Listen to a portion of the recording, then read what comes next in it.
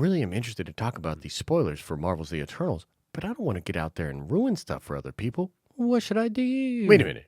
Variety spoiled that? I can't believe you've done this. Well, then I don't really feel bad at all about talking about a few other crazy spoilers for Marvel's The Eternals. Spoiler warning!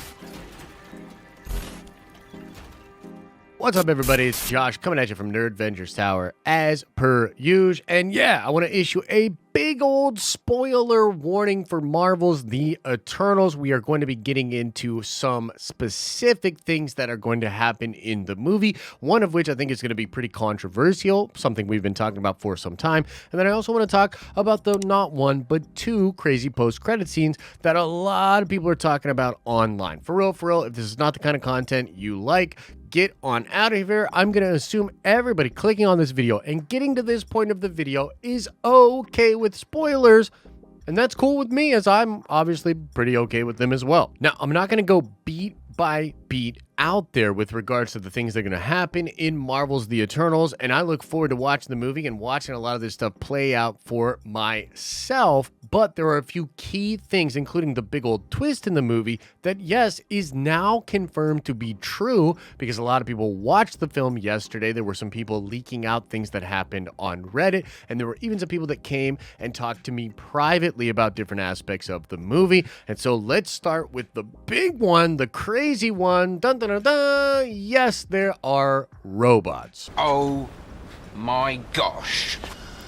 It's a robot! Now, depending on how this is contextualized in the movie, maybe it's more proper to say really advanced androids, maybe robots is sort of oversimplifying what it is, but this is something that has long been rumored. In fact, I think Paul from Heavy Spoilers was one of the first people to be on this big idea here that it's going to be revealed that the Eternals are more or less robots that are created by the Celestials. And the ironic thing here is that it seems like Chloe is trying to make a really human movie that deals with a lot of human emotions and really talks a lot about what it is to even be alive or be human or feel love or have all of these different things. And it seems like she's kind of doing a version of like Vision and Wanda here, but with these characters known as the Eternals. The idea being that even after they understand what they actually are and what their purpose is, they still have all of these feelings and attachments, and it's sort of an existential idea. The idea of like, what makes us human, right? And this decision and this choice that the Eternals are going to end up making will really define them as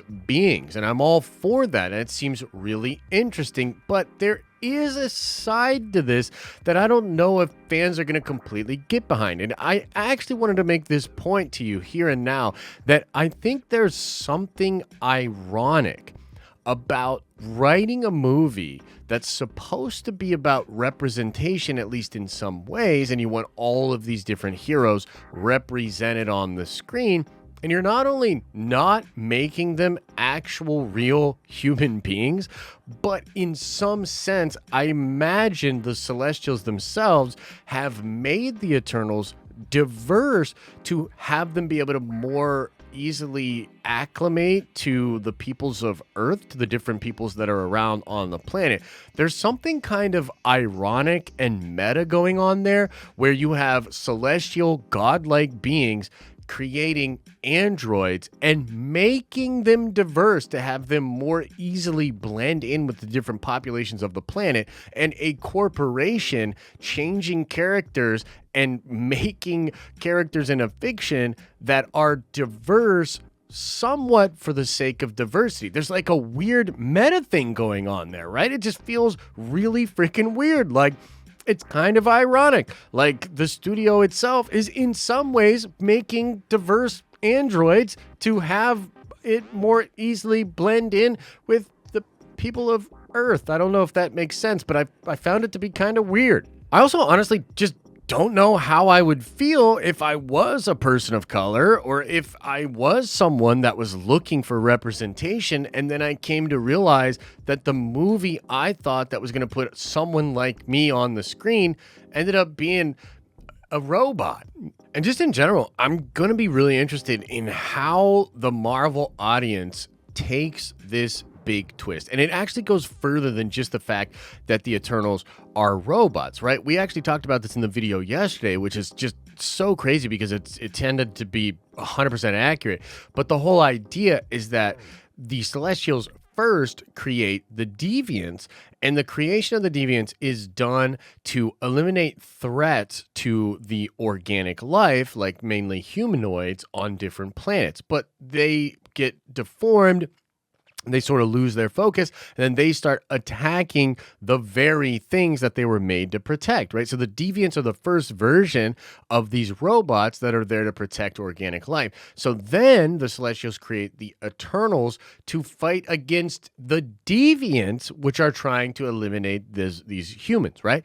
But you come to find out that the Eternals are actually there just to foster life on the planet so it can be siphoned off to help create these celestial eggs. And that, yeah, in the planet, there is this celestial egg that's looking to be birthed, and all of human history is just an incubation period to have this celestial then be birthed, pop out, and destroy the planet. And so what you're kind of saying is that the Eternals are human, but not really human because they're robot creations, and human life is sacred and they want to protect it, but it's really only there to provide battery life to this growing, crazy celestial egg. It's like levels of like a mind-bending idea. I saw someone on Twitter say the movie is like a bong hit of a film, and it just seems like wild. Like you can absolutely see a lot of the manga influences here, stuff like Ghost in the Shell and different aspects of different mangas and animes from the past being brought into this movie. It's bold, it's weird, but again, I'm just not sure how people are going to respond to that. Like imagine watching the Avengers and learning all about the Avengers coming together, and then you realize that, oh, they're actually just robots, and them stopping the Shatari invasion, while seemingly was good, it's only really being done so that New York City can then be harvested to create this other earth-ending thing. I don't know. It's pretty weird. I'm interested to see how audiences respond to that. And again, I think this is important to say. I'm not saying the movie's going to be bad. I'm really interested and excited to check it out. I'm into really weird stuff. But it's just a really interesting combination of ideas that I think in some ways is a little tone deaf to some of the things that people that really do care about representation want from a movie. I mean, sure, it's all fiction, you know what I mean? I get that, but this just feels a little weird. So that's sort of the first main spoilery thing that's going on. Now I want to talk about the post-credit scenes. And the wild thing is here, guys, the post-credit scenes were leaked out over a year ago, and they are indeed what we thought they were going to be. The first one's going to show Dane Whitman getting the ebony blade, sort of pulling it out of a box or something like that. This sort of proves that, yeah, he's not going to really be Black Knight in this movie, but he will be Black Knight moving forward. I think that's cool, and I'm excited to see what they do with the Dane Whitman character. I hope he has like some real motivation coming out of this movie as to wanting to protect things and use his power and do all of that, because the story of Black Knight and that ebony blade is really interesting. So that's pretty hyped up. But it's the second one that really is blowing minds of many other people, and it is indeed the fact that Harry Styles is coming into the MCU to be playing Eros, or Star Fox, who is the brother of Thanos. And apparently Pip the Troll, who is also a really weird cosmic being, is there introduced, and some of the Eternals are going to be like teleported into a ship with Eros and Pip the Troll. He's going to introduce the brother of Thanos and talk about this wider, grander cosmic thing that's going on. There's still a lot of like mystery around what the scene is meant to represent, but I think the big idea here is that coming out of the Eternals, most of the Eternals, if not all of them, will actually be leaving Earth and will be going out to possibly either fight against the Celestials or fight against a wider cosmic problem that is going on.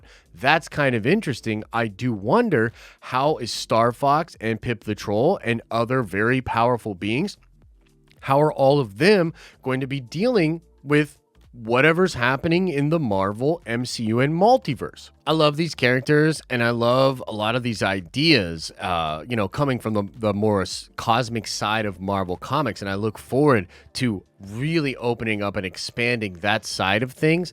And it seems wild. Like, are there other planets they're going to go try to save to stop the Celestials from being born? Like, are the Celestials just using all of organic life? Like, what's that going to be like? What does Star Fox care about this? Is this attached to Thanos' plan? Was Thanos trying to eliminate half the life of the universe to stop the Celestials from actually birthing all of their next people and taking over everything? I don't know. There's a lot of fun mystery there, but it's pretty dope that Pip the freaking Troll and Star Fox are coming into the MCU and going to have some interaction with the Eternals. Now, obviously, everything I just talked about in this video is all from leaks and then things that we are hearing from other people. I still want clarification on this, and just like in the post-credit stuff for Venom, we talked about it, and then it became much more clear after actually watching the movie ourselves what was going on there. So we'll talk about this again after the movie comes out, and I still really look forward to checking all of this out